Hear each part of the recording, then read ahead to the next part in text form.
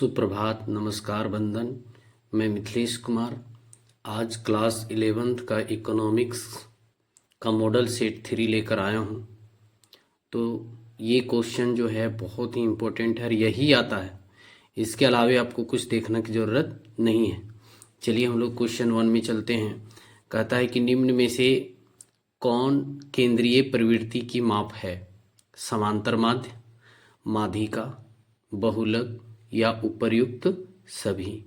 तो आपका आंसर जो होगा वो होगा उपर्युक्त सभी। तो चलिए आपको समांतर माध्य अर्थात अर्थमेटिक मीन, माध्यिका और बहुलक का कुछ फॉर्मूला दिखाना चाहता हूँ। आइए, तो यहाँ पर आप देख सकते हैं कि अर्थमेटिक मीन का फॉर्मूला क्या है। Mean is equal to sigma X by N. ये फॉर्मूला पूछेगा कि समांतर माध्य का फॉर्मूला क्या है, ठीक है ना, यह सूत्र क्या है। माध्यिका आप देख सकते हैं ये सारे जो हैं इंडिविजुअल सीरीज का है। आप सभी को पता है कि स्टैटिक्स में 3 सीरीज होते हैं, इंडिविजुअल, डिस्क्रीट और कंटिन्यूअस। तो ज़्यादातर जो है 11th में जो क्वेश्चन MCQ में आता है वो ज़्यादातर जो है इंडिविजुअल सीरीज से आता है, ठीक है। अब यहाँ पर जो है समांतर माध्य का फॉर्मूला देख लिए। माध्यिका का देखिए m is equal to size of n plus 1/2 होता है। ये इंडिविजुअल और डिस्क्रीट दोनों में काम आता है, ध्यान देना है। उसके बाद बहुलक जो है ये जो है एम्पिरिकल मेथड से है, mode is equal to 3 median minus 2 mean. इससे आपको 100% क्वेश्चन आएगा, या हो सकता है कि आपको फॉर्मूला ही पूछ दे। तो ये इस फॉर्मूला को बाय एम्पिरिकल मेथड को आप ज़रूर देखिएगा, ठीक है ना। अच्छा, इसमें क्या है, अगर हम लोग बाय ऑब्जर्वेशन मेथड की बात करें तो आपको आ सकता है इस टाइप का एक सीरीज दी हुई रहेगी और उसमें आपको बोलेगा कि बहुलक ज्ञात करें, इनमें से बहुलक कौन है। तो वह संख्या जो मैक्सिमम बार जो है रिपीट किया हो। तो यहाँ देख रहे होंगे कि 4 जो है मैक्सिमम बार आया है। तो जो है बाय ऑब्जर्वेशन का मतलब होता है निरीक्षण। आप देख करके बता दें कि किस अंक का जो है रिपीटेशन ज़्यादा है, तो 4 है। तो इस तरह जो है बच्चों आपको जो है पहला क्वेश्चन का, इसलिए यहाँ पर जो होगा ऑप्शन 3 होगा, ठीक है। अब क्वेश्चन नंबर 2 में आते हैं। बोलता है यहाँ फिल इन द ब्लैंक्स है। केंद्रीय प्रवृत्ति की सरलतम एवं सामान्य माप कौन है? समांतर माध्य है, माध्यिका है, या बहुलक है, या भारित माध्य है। तो आपको मैं बता दूं कि केंद्रीय प्रवृत्ति का जो सबसे आसान कोई चीज़ होता है मेथड, तो है अर्थमेटिक मीन यानी समांतर माध्य। इसको करना कुछ नहीं होता है कि mean is equal to sigma X by N करना होता है, या इसको आइए हम दिखाते हैं आपको फॉर्मूला। यहाँ पर आप देख सकते हैं कि समांतर माध्य बराबर क्या होता है, mean is equal to sigma X by N. और इसको हम लोग दूसरे तरीके से देख सकते हैं कि मीन बराबर sum of all observation by total number of observation, या हम लोग तीसरे हिंदी में देखते हैं कि सभी प्रेक्षणों का योग बटा प्रेक्षणों की संख्या होता है। क्या करते हैं कि सभी, यहाँ पर जैसे हम लोग देख लेंगे कि यहाँ पर कुछ सीरीज है, तो क्या किए कि 1 3 5 7 9 है, तो सभी को क्या कर दिए यहाँ पर जोड़ दिए हैं। और कई को संख्या है 1 2 3 4 5, कहता भी है कि सभी प्रेक्षणों का योग बटा प्रेक्षणों की संख्या। तो सभी प्रेक्षणों को हम योग कर रहे हैं और प्रेक्षणों की संख्या से क्या करेंगे, भाग दे देंगे। तो यहाँ जोड़ने पर कितना आता है 25। अब 25 और प्रेक्षणों की संख्या 5, तो यहाँ भाग दे दिए तो 5 25 यानी 5 आंसर हो जाएगा। तो कितना आसान है। इसीलिए जो है क्वेश्चन नंबर 2 में कहता है कि केंद्रीय प्रवृत्ति की सरलतम एवं सामान्य माप क्या है, तो आपका आंसर हो जाएगा समांतर माध्य, ठीक है। चलिए क्वेश्चन नंबर 3 में देखते हैं। बोल रहा है कि 1 3 5 7 का समांतर माध्य होगा, क्या होगा। तो समांतर माध्य निकालने के लिए हम लोग, आइए आपको आंसर दिखाते हैं। ये है आपका आंसर। क्या किए हैं कि आपका जो है 1 3 5 7 9 एक सीरीज दी हुई थी और कह रहा है कि इसका समांतर माध्य क्या होगा। तो समांतर माध्य बराबर क्या होता है, सभी प्रेक्षणों का योग बटा प्रेक्षणों की संख्या, या इंग्लिश में आप कहेंगे sum of all observation by total number of observation. तो क्या किए हैं कि यहाँ पर जो है सभी ऑब्जर्वेशन को मैं ऐड किया हूँ 13579 और टोटल ऑब्जर्वेशन कितने हैं तो 5, ठीक है ना।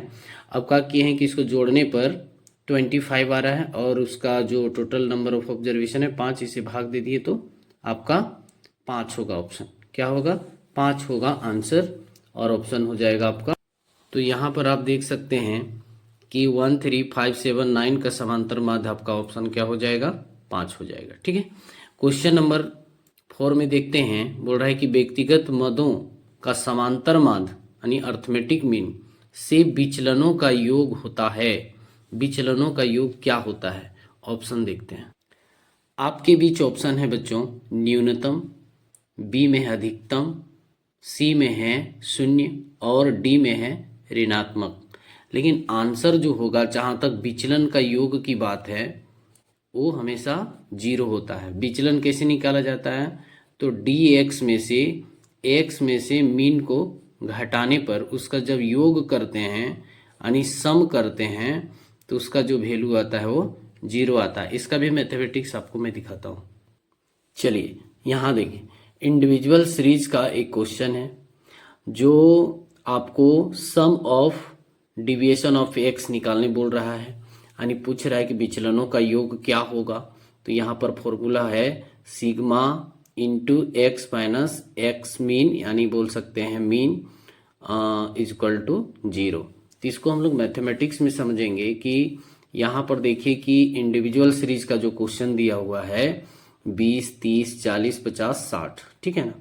अब इसका सम कितना हो रहा है 200 हो रहा है और जब इसका मीन निकालेंगे तो यहाँ मीन कितना है, mean is equal to sigma X by N. अब यहाँ 200 है सम ऑफ ऑल ऑब्जर्वेशन और टोटल नंबर ऑफ ऑब्जर्वेशन 1 2 3 4 5 है। तो यहाँ 5 से डिवीजन दिया गया तो कितना हो गया आपका 40। अब ये आपके आ गया मीन। अब मीन से क्या किए हैं कि 20 को घटाए हैं तो कितना होगा -20। 30 में से 40 को घटाए तो -10। 40 में से 40 को घटाए कितना आ गया 0। 50 में से 40 को घटाए +10 और 60 में से 40 को घटाए हैं तो +20। अब इधर आ गए -30 और इधर हो गया +30। तो -30 और +30 कितना हो जाएगा 0। तो देखिए यहाँ पर sigma x minus x mean का जो वैल्यू आ रहा है कितना आ रहा है 0 आ रहा है। इसलिए आपका जो क्वेश्चन कर रहा है यहाँ पर जो है आपका क्वेश्चन नंबर 4 में व्यक्तिगत मत, व्यक्तिगत का मतलब होता है इंडिविजुअल, ठीक है ना। तो इंडिविजुअल का मैंने आपको एग्जांपल दिखाया। समांतर माध्य से विचलनों का योग भी दिखाया कितना आ रहा है तो 0 आ रहा है। चलिए नेक्स्ट क्वेश्चन में। चलिए बच्चों क्वेश्चन नंबर 5 में आते हैं। समांतर माध्य के निम्न लाभ, क्या लाभ है। पहला ऑप्शन है सभी मूल्यों पर आधारित है, सुपरिभाषित है, बीजगणितीय व्यवहार या ये सभी हैं। तो आप जो देखेंगे वो होगा इनमें से सभी। क्या होगा इनमें से सभी, ठीक है। क्योंकि जब भी हम लोग समांतर माध्य निकालते हैं तो सभी प्रेक्षणों का योग होता है और ये सभी के लिए जो है डिफाइन करता है और ये इसको हम लोग बीजगणितीय द्वारा जो है प्रयोग में लाते हैं। जैसे मान लिया जाए 1 + 2 + 3 + 4 + 5 है ना, बाय कितना हो जाएगा 5। अगर ये सीरीज है मेरा और इसका अगर हम मीन निकालना चाह रहे हैं तो कितना हो जाएगा 5 और 4 9, 9 और 3 कितना हो जाएगा 12, 12 और 2 कितना हो जाएगा 14 और 1 कितना हो जाएगा 15। तो 15 बाय अगर हम 5 निकाल रहे हैं तो 3 आ रहा है। मीन कितना आ रहा है 3 आ रहा है। तो मीन जब 3 आ रहा है तो सभी मूल्यों का यहाँ पर जो है औसत निकला है, सभी का जोड़ का है। तो कहीं ना कहीं सभी मूल्यों पर आधारित है और ये सभी के लिए परिभाषित है। ये एक प्रकार का क्या है अलजेब्रिक ट्रीटमेंट है। तो यहाँ पर ऑप्शन आपका हो जाएगा डी। चलिए बच्चों क्वेश्चन नंबर 6 में बोल रहा है समांतर माध्य का दोष क्या है। बोलता है कि बीजगणितीय व्यवहार के योग नहीं है, अनिश्चित है, चरम मूल्यों से प्रभावित है या गणना में कठिनाई है। तो बच्चों इसका जो है चरम मूल्यों से प्रभावित है। इसका ये जो है दोष है, जैसा कि अभी मैंने बताया कि यहाँ पर देख सकते हैं कि सभी चरों का 1 2 3 4 5 सभी को जोड़ने पर ही जो है औसत आता है या माध्य निकलता है, एवरेज निकलता है। ठीक है ना। तो क्वेश्चन नंबर 7 में आते हैं हम लोग। कहता है कि सही कथनों को चिन्हित करें। कहता है कि माध्य का अधिकतम आवर्ती वाला मूल्य होता है। एक श्रेणी में एक से अधिक बहुलक हो सकता है। बहुलक चरम मूल्यों से प्रभावित होता है। डी में है समांतर माध्य के लिए संचयी आवर्ती की गणना आवश्यक है। तो ये सही कथन है कि जो है एक श्रेणी में एक से अधिक बहुलक हो सकता है। एक श्रेणी में एक से अधिक बहुलक हो सकता है, इसको हम मैथमेटिक्स में दिखाते हैं। चलिए बच्चों, यहाँ आ जाते हैं हम लोग प्रैक्टिकल में या न्यूमेरिकल में। तो यहाँ पर एक इंडिविजुअल सीरीज का या व्यक्तिगत मद का जो है एक श्रृंखला दी हुई है 7 5 5 4 5 4 5 4। तो यहाँ पर हम लोग बहुलक का बाय ऑब्जर्वेशन मेथड जानते हैं कि जो अधिक बार रिपीट करता है उसको हम लोग बहुलक कहते हैं। तो नंबर ऑफ 5 कितना बार है? 5 बार है। 1 2 3 4 5, तो एक बहुलक हो गया।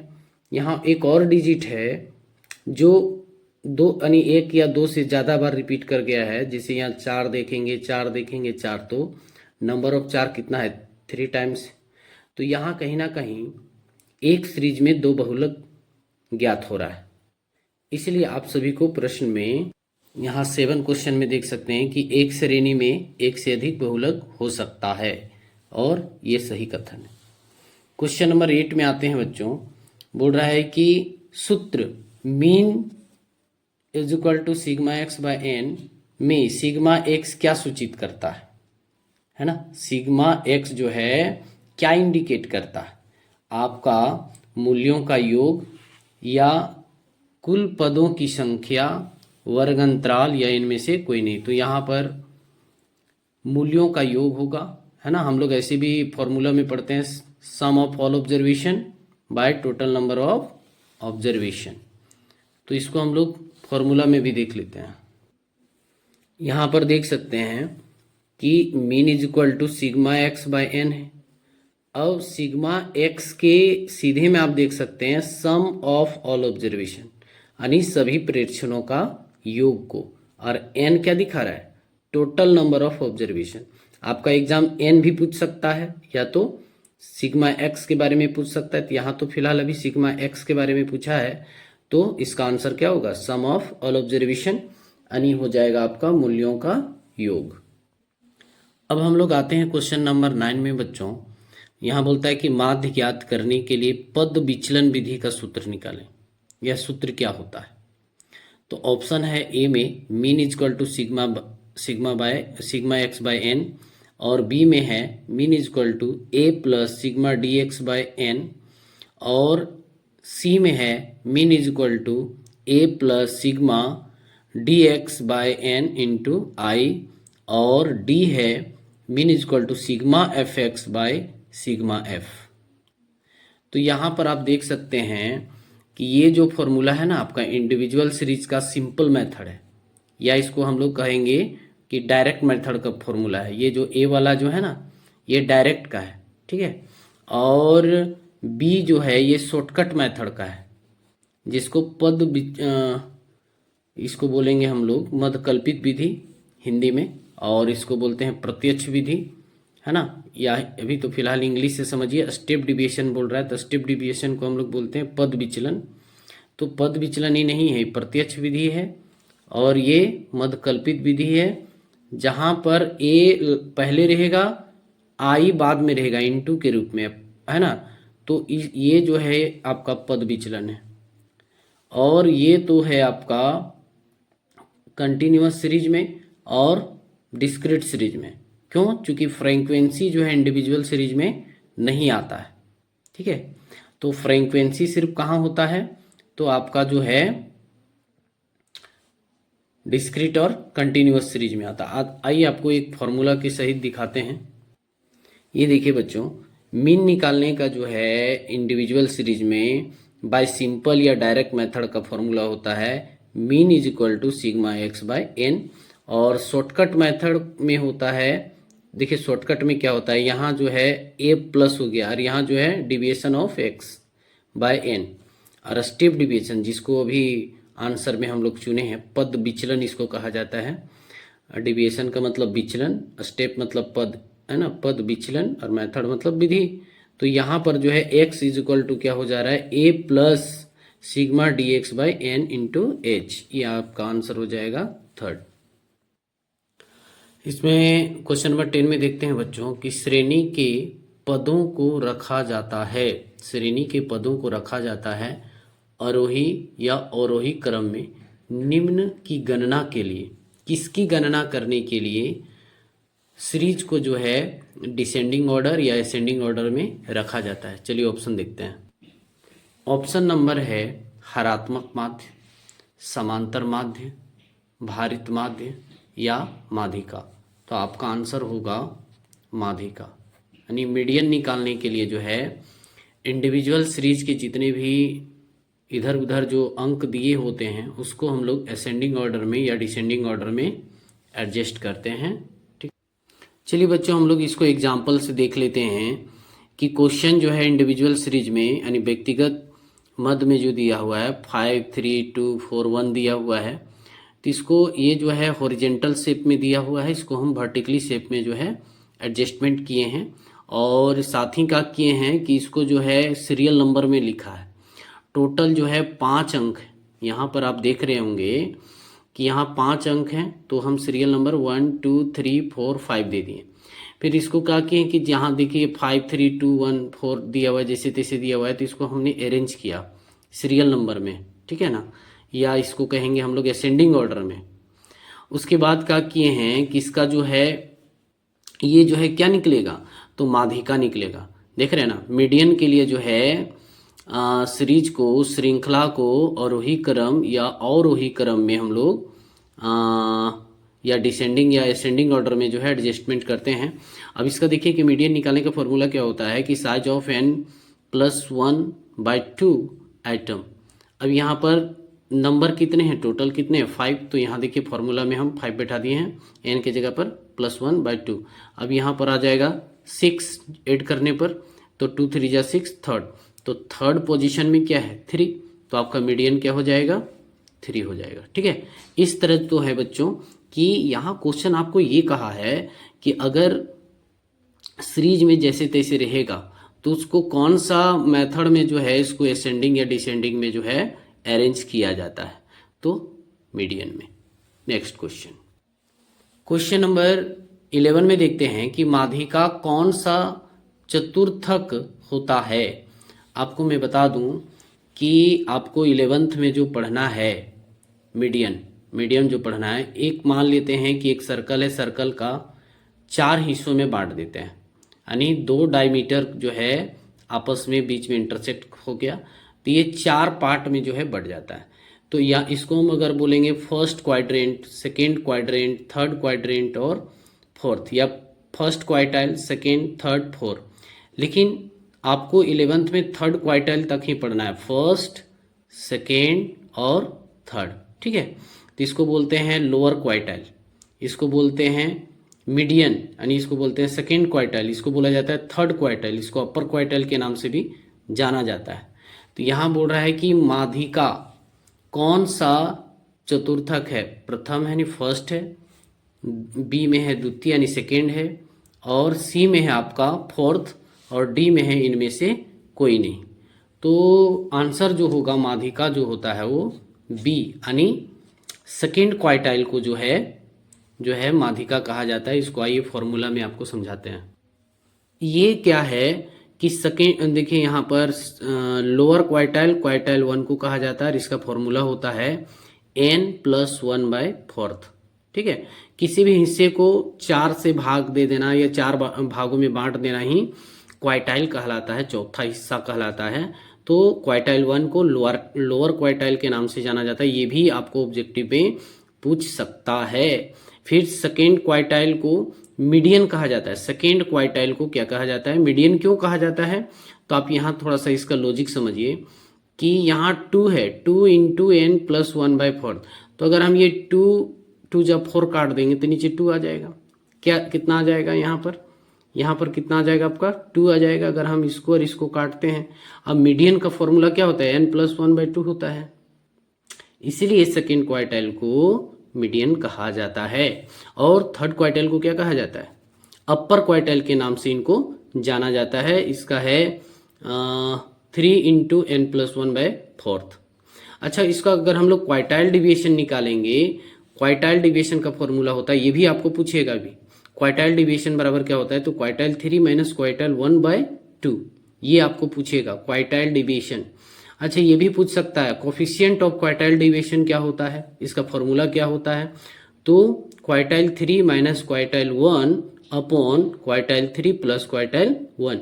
ये जो है 11th में आपको प्रोसेस नहीं पूछेगा, मैथमेटिक्स नहीं पूछेगा, ज़्यादातर जो है आपको फॉर्मूला से या इंडिविजुअल सीरीज का न्यूमेरिकल आपको दे सकता है। तो देख लीजिए ये फॉर्मूला। चलते हैं बच्चों हम लोग 12th क्वेश्चन में। बोल रहा है 1 2 3 4 5 का माध्यिका होगा। माध्यिका क्या होगा? तो माध्यिका निकालने के लिए एक फॉर्मूला है ना, m बराबर n प्लस 1/2। अगर इस तरह का सीरीज दिया हुआ रहेगा ना तो इसको इंडिविजुअल सीरीज कहते हैं, ठीक है ना, जिसमें सिर्फ क्या है कि x दिया हुआ रहता है, एटम्स दिए हुए रहते हैं, तो इसको इंडिविजुअल सीरीज के नाम से जाना जाता है। तो इंडिविजुअल सीरीज में मीडियन निकालने के लिए साइज ऑफ n प्लस 1/2 होता है। इसको आपको मैथमेटिक्स में समझाते हैं। देखिए क्वेश्चन तो आपको वर्टिकल हॉरिजेंटल में ही दिया हुआ रहता है, इसको वर्टिकल में आपको शेप देना पड़ेगा और इसको असेंडिंग ऑर्डर में पहले क्या करना होता है? सजाना होता है। तो असेंडिंग ऑर्डर में ये सजा दिए हैं। उसके बाद जो है इसका टोटल नंबर ऑब्जर्वेशन कितने हैं? 5 हैं और फॉर्मूला होता है size of n plus 1/2 item. अब नंबर ऑफ ऑब्जर्वेशन कितने हैं? 5 हैं, तो 5 n के जगह पर पुट कर दिए हैं प्लस 1/2। अब यहाँ क्या है कि 5 और 1 को ऐड कर दिए तो 6, 2 3 जा 6, यहाँ पर कितना आंसर आ गया? थर्ड। तो थर्ड पोजीशन में क्या है? थर्ड पोजीशन में 3 है। तो आपका जो ऑप्शन यानी आंसर जो आएगा मीडियन कितना आएगा? 3 आएगा। और ऑप्शन कौन सा होगा? तो ऑप्शन देखते हैं। तो आंसर आपका आया था 3, तो यहाँ पर ऑप्शन हो जाएगा आपका सी, ठीक है। चलते हैं हम लोग क्वेश्चन नंबर 4 में। बोला है कि माध्यिका एक औसत है। जी बिल्कुल एवरेज है। बोला है कि स्थिति माध्य यानी पोजीशन एवरेज, या नंबर बी में कहता है गणितीय औसत मैथमेटिकल एवरेज, या फिर अर्थमेटिक एवरेज, या नन ऑफ दीज। तो ये क्या होता है? पोजीशन एवरेज होता है। पोजीशन के हिसाब से जो है, नंबर के हिसाब से जो है इसको निकाला जाता है। और इसका फॉर्मूला भी है n प्लस 1/2। जहां n रहेगा इसीलिए यहाँ पर पोजीशन कहा जा रहा है कि उसका नंबर के हिसाब से जो है, पोजीशन के हिसाब से जो है मीडियन को फाइंड आउट किया जाता है या मीडियन एवरेज निकाला जाता है। तो यहाँ कहीं ना कहीं जो होगा पोजीशन एवरेज होगा, ठीक है। क्वेश्चन नंबर 14 में आते हैं। बोल रहा है कि विभाज्य मूल्य, विभाज्य मूल्य जो है कहता है कि स्थिति औसत यानी पोजिशनल एवरेज, फिर है मैथमेटिकल एवरेज, फिर है अर्थमेटिकल मीन, या इनमें से कोई नहीं। तो यहाँ पर भी बच्चों कि माध्यिका में जैसे हम लोग देख रहे थे कि ये पोजीशन एवरेज है, तो विभाज्य मूल्य भी जो क्या होता है इसको बांटा जाता है, तो इसको जो है ए ही होगा, पोजिशनल एवरेज होगा, ठीक है।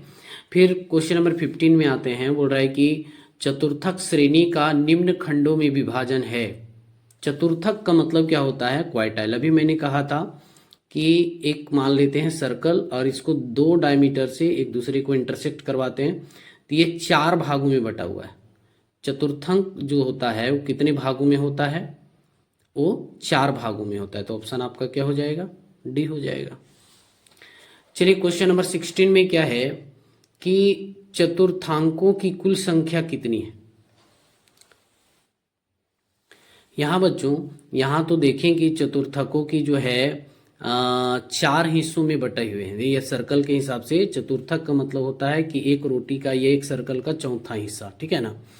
लेकिन जब हम लोग क्वार्टाइल डिवीजन की बात करते हैं, यहाँ पर क्वार्टाइल का बात करते हैं, तो क्वार्टाइल में जो है ना, क्वार्टाइल 1, क्वार्टाइल 2 और क्वार्टाइल जो है 3 का ही यूज होता है क्वार्टाइल डेविएशन निकालने में।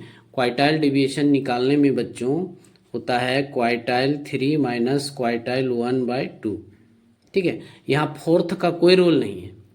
तो यहाँ पर अगर आप कुल संख्या अगर कहेंगे मैथमेटिकल के हिसाब से तो 3 होगा।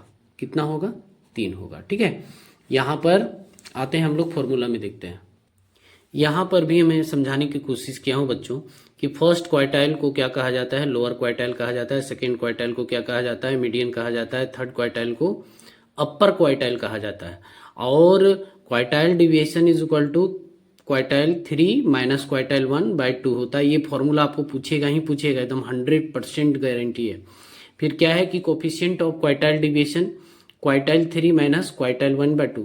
तो यहाँ से जो है क्वार्टाइल डिविएशन एक चैप्टर है 11th में, तो यहाँ पर 3 ही क्वार्टाइल को पढ़ना होता है, इसीलिए हम लोग ऑप्शन में क्या लगाएंगे? 3 लगाएंगे। ठीक है, अब यहाँ पर 1/4 समझाने की कोशिश कर रही थी कि गिलास में एक क्वार्टर का मतलब होता है 1/4। ठीक है, देखिए यहाँ क्वेश्चन नंबर 17 में पूछ ही दिया कि प्रथम चतुर्थक यानी क्वार्टाइल 1 को कहते हैं, क्या कहते हैं? आपके बीच ऑप्शन है लोअर क्वार्टाइल, बी में है अपर क्वार्टाइल, और सी में है मॉडरेट क्वार्टाइल, और डी में है इनमें से कोई नहीं या नन ऑफ दीज।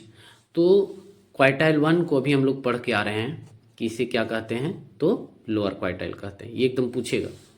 फिर कहता है कि द्वितीय चतुर्थांक क्वार्टाइल 2 को क्या कहते हैं? तो क्वार्टाइल 2 को अभी हम लोग पढ़ के आ रहे हैं कि इसको जो है मीडियन कहते हैं। मीडियन क्यों कहते हैं? तो आइए एक बार फिर जान लेते हैं। जैसे मान लिया जाए कि क्वार्टाइल 2 है और 2 इंटू जो है n+1 बाय क्या होता है? 4 होता है। ठीक है, अब ये क्या होगा? 2 जा क्या होगा? कैंसिल हो जाएगा। तो क्लियर क्या हो रहा है? n+1/2। और ये जो फॉर्मूला है इंडिविजुअल सीरीज का मीडियन निकालने के लिए, इसीलिए क्वार्टाइल 2 को क्या कहा जाता है? माध्यिका यानी मीडियन कहा जाता है। तो क्वेश्चन नंबर 18 भी क्लियर। अब आ जाते हैं हम लोग 19 में। बोलता है तृतीय चतुर्थांक या चतुर्थक क्वार्टाइल 3 को क्या कहते हैं या को कहते हैं? क्या कहते हैं? तो इसको अपर क्वार्टाइल कहते हैं। क्या कहते हैं? अपर क्वार्टाइल। चलिए इसको भी आपको मैं बाय फॉर्मूला आपको समझा देते हैं। तो यहाँ पर अब बच्चों देखेंगे कि क्वार्टाइल 1 को क्या कहा जा रहा है? Lower quartile. और क्वार्टाइल 2 को क्या कहा जा रहा है? मीडियन कहा जा रहा है। थर्ड क्वार्टाइल को क्या कहा जा रहा है? अपर क्वार्टाइल कहा जा रहा है। ठीक है ना, और यही आपका ऑप्शन होगा कि थर्ड क्वार्टाइल को क्या कहा जाता है? तो अपर क्वार्टाइल कहा जाता है। लेकिन ये भी क्वेश्चन आगे आपको पूछ सकता है कि quartile deviation is equal to क्या होता है? यानी क्वार्टाइल 3 माइनस क्वार्टाइल 1/2, और इसकी कोफिशिएंट क्या होती है? Coefficient of quartile deviation is equal to क्या होता है? Quartile 3 minus quartile 1/2। तो ये ध्यान देना है। ठीक है, क्वेश्चन नंबर बच्चों 20 में आते हैं। बोल रहा है कि बहुलक वह पद मूल्य होता है जिसकी आवर्ती होती है अधिकतम होता है, न्यूनतम होता है, शून्य होता है, या इनमें से कोई नहीं। तो बहुलक में जैसा कि हम लोग जानते हैं कि जो डिजिट ज़्यादा बार रिपीट करता है ना, उसको हम लोग बहुलक कहते हैं। इसको भी आइए एग्जाम्पल से समझाते हैं। यहाँ पर देखिए कि यहाँ एग्जाम्पल के लिए मैं आपको बता रहा हूँ कि 5 है, 3 है, 5 है, 5 है, 2 है, 5 है, 7 है, 5 है, फिर 5 है। तो यहाँ पर कौन ऐसा डिजिट है जो मैक्सिमम बार रिपीट कर चुका है? तो 5 है। तो यहाँ अधिकतम हुआ ना, मैक्सिमम मतलब अधिकतम। तो यहाँ पर जो है बहुलक क्या होगा? अधिकतम होगा। ठीक है, देखिए बच्चों क्वेश्चन नंबर 21 में कहता है कि एक श्रेणी में एक से अधिक बहुलक हो सकते हैं। क्या ये असत्य है, सत्य है, या इनमें से कोई नहीं? तो ये सत्य है बच्चों। ठीक है ना, एक श्रेणी में या एक सीरीज में एक से अधिक बहुलक हो सकते हैं। आइए आपको एग्जाम्पल से समझाते हैं। यहां पर देख सकते हैं कि 4 4 2 2 4 2 3 2 4 2 है। इस तरह का एक श्रेणी दी हुई है, यानी एक सीरीज दी हुई है। तो आप देख सकते हैं कि नंबर ऑफ 4 कितने हैं? तो 1 2 3 4 है। तो कहीं ना कहीं 4 ज़्यादा बार रिपीट कर गया है, तो एक मोड हो गया। दूसरा में देखेंगे कि नंबर ऑफ टू कितने हैं, तो 1 2 3 4 5 हैं, ठीक है। तो यहाँ पर जो है मोड 2 भी हो सकता है। तो यहाँ 2 डिजिट ऐसे हैं जो ज़्यादा बार रिपीट किया है, तो ये 2 मोड। तो इसलिए कह सकते हैं कि एक श्रेणी में या एक सीरीज में एक से अधिक बहुलक हो सकता है, ये सत्य है, ठीक।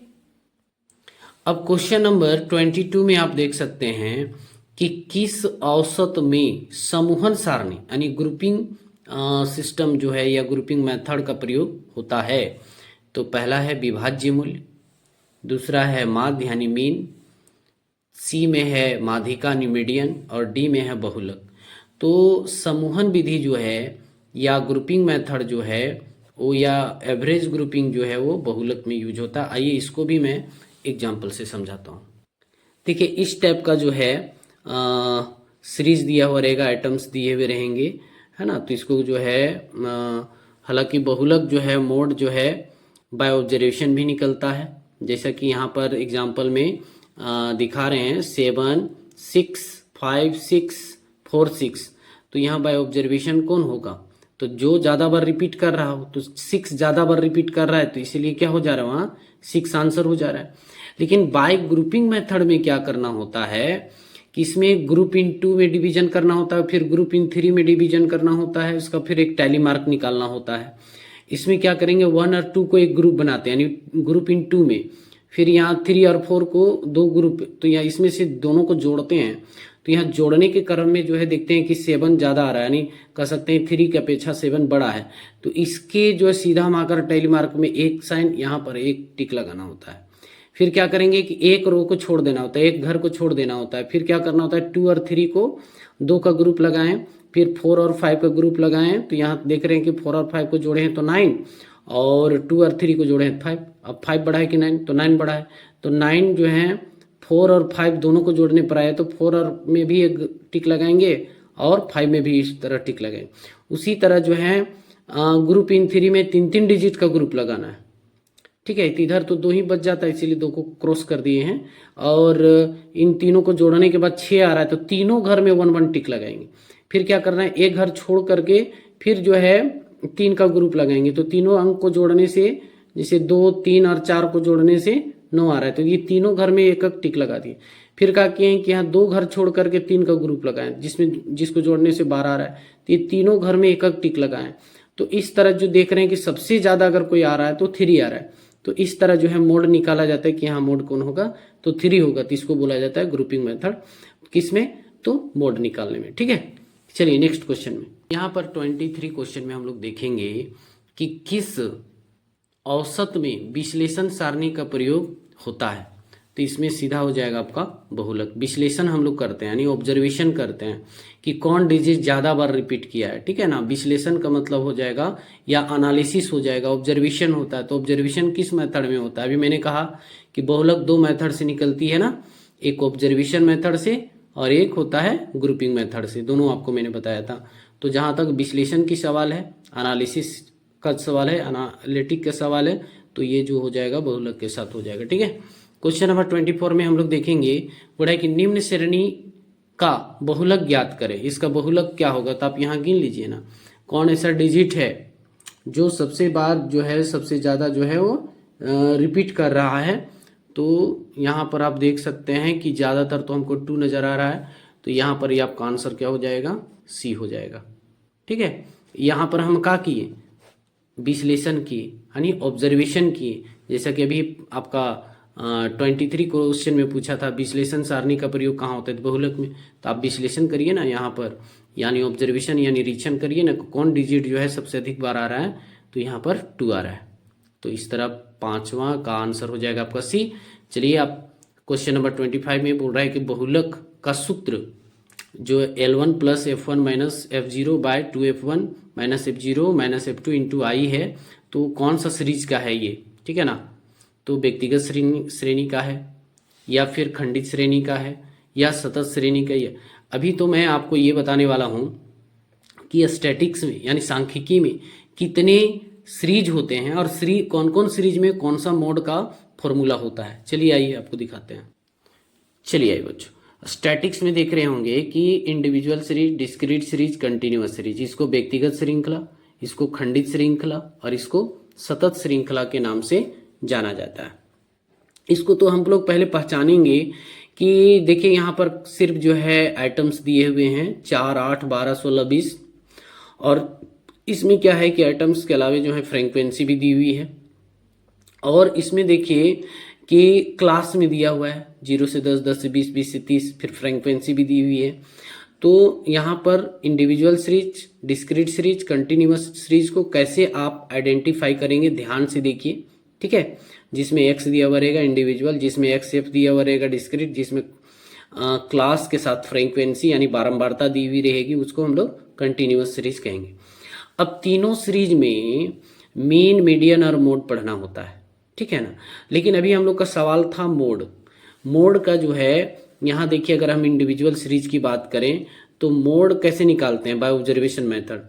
जैसे यहाँ एक सीरीज दी हुई है 4, 4, 3, 4, 2, 4, तो कौन सा डिजिट जो है ज्यादा बार रिपीट कर रहा है, तो 4 कर रहा है, तो 4 क्या हो जाएगा आपका, मोड हो जाएगा।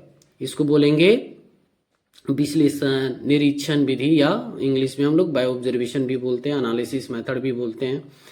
और एक और मेथड है जिसको बोलते हैं बाय एम्पिरिकल मेथड, ठीक है। बाय एम्पिरिकल मेथड का भी फॉर्मूला आपको आ सकता है, ये एकदम तय है। एम इसका होता है mode equal to 3 median minus 2 mean. आपको इसमें क्या रहेगा कि आपको हो सकता है कि इन तीन चीजों में, मोड, मीडियन और मीन में, तीनों में से कोई 2 का वैल्यू दिया हुआ रहेगा और तीसरा क्या करना रहेगा, फाइंड आउट करना रहेगा, ठीक है। फिर आ जाइए यहाँ पर डिस्क्रीट सीरीज का, तो इसमें हम लोग देखते हैं कि हाईएस्ट फ्रीक्वेंसी कौन है। तो यहाँ आप देख रहे होंगे 2, 4, 5, 4, तो 5 जो है हाईएस्ट फ्रीक्वेंसी, तो 5 के सीधा बैक चले जाएंगे, पीछे चले जाएंगे, तो 12 दिख रहा है, तो यहाँ पर आपका मोड हो जाएगा 12। बस समझ में आ रही है। यानी डिस्क्रीट सीरीज का जो बाय ऑब्जर्वेशन मेथड या निरीक्षण मेथड या विश्लेषण मेथड निकलता है, उसमें ये देखा जाता है कि हाईएस्ट फ्रीक्वेंसी कौन है, यानी उच्चतम बारंबारता कौन है, तो 5 है, तो 5 के सीधे पीछे चले जाएंगे तो 12, तो आपका मोड क्या हो जाएगा, 12 हो जाएगा। अच्छा, यहाँ पर भी इम्पिरिकल मेथड का यूज होता है, डिस्क्रीट सीरीज में भी इम्पिरिकल मेथड का यूज होता है। और इम्पिरिकल मेथड में 3 मोड, मीडियन और मीन जो रहता है, उन तीनों में कोई 2 का वैल्यू दिया हुआ रहेगा और तीसरा फाइंड आउट करना रहेगा। इसका भी आपको मैं एग्जांपल आगे बताऊंगा। फिर है यहाँ पर कंटिन्यूअस सीरीज में, तो बाय ऑब्जर्वेशन मेथड में देखते हैं कि हाईएस्ट फ्रीक्वेंसी 5 है, तो आपका मोड क्लास जो होगा वो होगा 10 से 20, ठीक है। इस तरह जो है इसका फॉर्मूला जो है बाय ऑब्जर्वेशन का MO equal to L1 plus F1 minus F0 by 2F1 minus F0 minus F2 into H होता है, ठीक है। तो ये जो फॉर्मूला है कौन सीरीज से बिलोंग कर रहा है, तो ये देख लीजिए कंटिन्यूअस सीरीज का ये फॉर्मूला है, यानी सतत श्रृंखला का है। हालांकि इसमें भी ग्रुपिंग मेथड बनता है, लेकिन आपका फॉर्मूला जो दिया हुआ है बाय ऑब्जर्वेशन का दिया हुआ है। और कौन सीरीज का ये है, तो कंटिन्यूअस सीरीज का है। क्लियर हो गया, चलिए आगे देखते हैं। चलिए बच्चों, यहाँ हम लोग 26 क्वेश्चन को देखते हैं। यहाँ पर कहता है कि अधिकतम तथा न्यूनतम मूल्यों के बीच का अंतर होता है। क्या होता है, अधिकतम और न्यूनतम के मूल्य के जो बीच का अंतर होता है उसको हम लोग रेंज कहते हैं, या अर्थमेटिक मीन कहते हैं, मीन डिविएशन कहते हैं, या स्टैंडर्ड डिविएशन कहते हैं। तो इसको बच्चों ए रेंज कहते हैं। चलिए आपको रेंज की फॉर्मूला आपको मैं समझाता हूँ। देखिए रेंज का फॉर्मूला क्या होता है, range is equal to largest digit और स्मॉलेस्ट डिजिट को माइनस करना होता है। इसकी कोफिशिएंट भी कभी कभी पूछ देता है कि कोफिशिएंट ऑफ रेंज क्या होता है, तो लार्जेस्ट माइनस स्मॉलेस्ट और लार्जेस्ट प्लस स्मॉलेस्ट होता है। चलिए एग्जांपल से हम लोग समझते हैं। यहाँ पर देखिए एक सीरीज दी हुई है इंडिविजुअल सीरीज का 50, 80, 90, 40, 30। तो यहाँ आपको देखना है कि मैक्सिमम डिजिट कौन है, तो 90 है। यहाँ कौन है, लार्जेस्ट कौन है, 90, तो 90। स्मॉलेस्ट कौन है, 30, तो 30। अब यहाँ रेंज क्या कर दिए हैं कि 90 में से 30 घटा दिए, तो आपका आंसर कितना हो गया, 60 हो गया। कोफिशिएंट ऑफ रेंज भी पूछ सकता है, तो आप इस फॉर्मूला के माध्यम से इसका वैल्यू पुट करेंगे, निकाल सकते हैं, ठीक है। तो आपको अभी फिलहाल क्या पूछा है कि अधिकतम और न्यूनतम अंकों का अंतर को क्या कहते हैं, तो रेंज कहते हैं। क्या कहते हैं, हालांकि इनमें इन फॉर्मूला में से किसी को भी पूछ सकता है। अब जो है हम लोग 27 क्वेश्चन में आते हैं। बोला कि चतुर्थक विचलन ज्ञात करने हेतु सूत्र कौन सा है।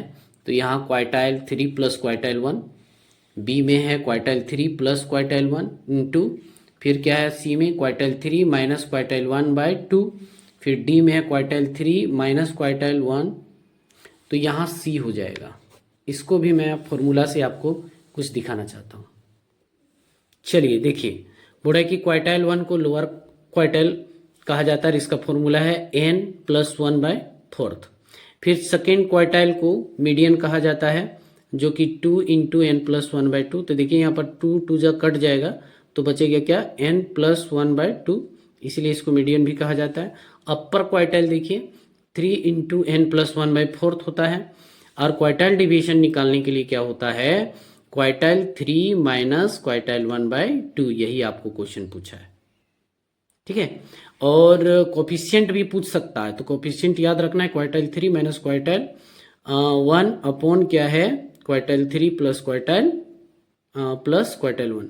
ये quartile 3 minus quartile 1 by quartile 3 plus quartile 1, ये क्या है, कोफिशिएंट ऑफ क्वार्टाइल डिवीजन। तो ये इन फॉर्मूला में से एकदम 100% है, आप सभी को आएगा एग्जाम में, ठीक है। अब 28 क्वेश्चन में आइए बच्चों। बोला कि प्लस माइनस चिन्हों को छोड़ दिया जाता है रेंज में, मध्य विचलन में, परमाप विचलन में या चतुर्थक विचलन में यानी क्वार्टाइल डिवीजन में। तो ऑप्शन कौन सा होगा, चलिए देखते हैं। यहाँ पर देख सकते हैं बच्चों कि आपका ऑप्शन बी होगा, मध्य विचलन यानी मीन डिविएशन। इसमें एक क्या होता है, मीन डिविएशन जब निकालना होता है तो सिग्मा, यहाँ देखिए मॉड्यूल्स है, इस मॉड्यूल्स के बीच जो भी माइनस प्लस में आएगा उसको इग्नोर किया जाता है, छोड़ दिया जाता है, ठीक है। चाहे मीन डिवीजन मीन का निकालें या मीडियन का निकालें या मोड का निकालें, जब मॉड्यूल्स लगा हुआ रहता है, खड़ी दो लाइनें रहती हैं, तो इसको मॉड्यूल्स कहा जाता है, दिस इज मॉड्यूल्स। और plus minus sign are ignore while calculate, ठीक है। जब हम लोग कैलकुलेट करते हैं मॉड्यूल्स दो खड़ी लाइनें में, तो उसको प्लस माइनस क्या किया जाता है, इग्नोर किया जाता है। और कौन सा मेथड में, तो मीन डिविएशन में। आइए बच्चों हम लोग क्वेश्चन नंबर 29 में चलते हैं। बोल रहा है कि सदैव समांतर माध्य से माइनस की गणना की जाती है, तो माध्य विचलन में, चतुर्थक विचलन में या परमाप विचलन में, या इनमें से कोई नहीं। तो इसका आंसर हो जाएगा बच्चों स्टैंडर्ड डिविएशन, परमाप विचलन में। आपको मैथमेटिक्स दिखाना चाहूँगा। आइए देखिए यहाँ परमाप विचलन, स्टैंडर्ड डिविएशन। स्टैंडर्ड डिविएशन का सिंबल कैसा होता है देख लीजिए। ये स्टैंडर्ड डिविएशन, ये इंडिविजुअल सीरीज का क्वेश्चन है और इसका होता है √σ dx²/n। अब dx कैसे फाइंड आउट किया जाता है, तो जो आपका आइटम्स दिए हुए रहेंगे उसका मीन निकाल करके आइटम्स यानी x से माइनस करना होता है, तो dx निकलता है। फिर क्या करेंगे कि d² को स्क्वायरिंग कर देंगे, x माइनस यहाँ पर जो है आपका मीन होगा, इस मीन को क्या करेंगे घटा करके स्क्वायर कर देंगे तो dx² आएगा।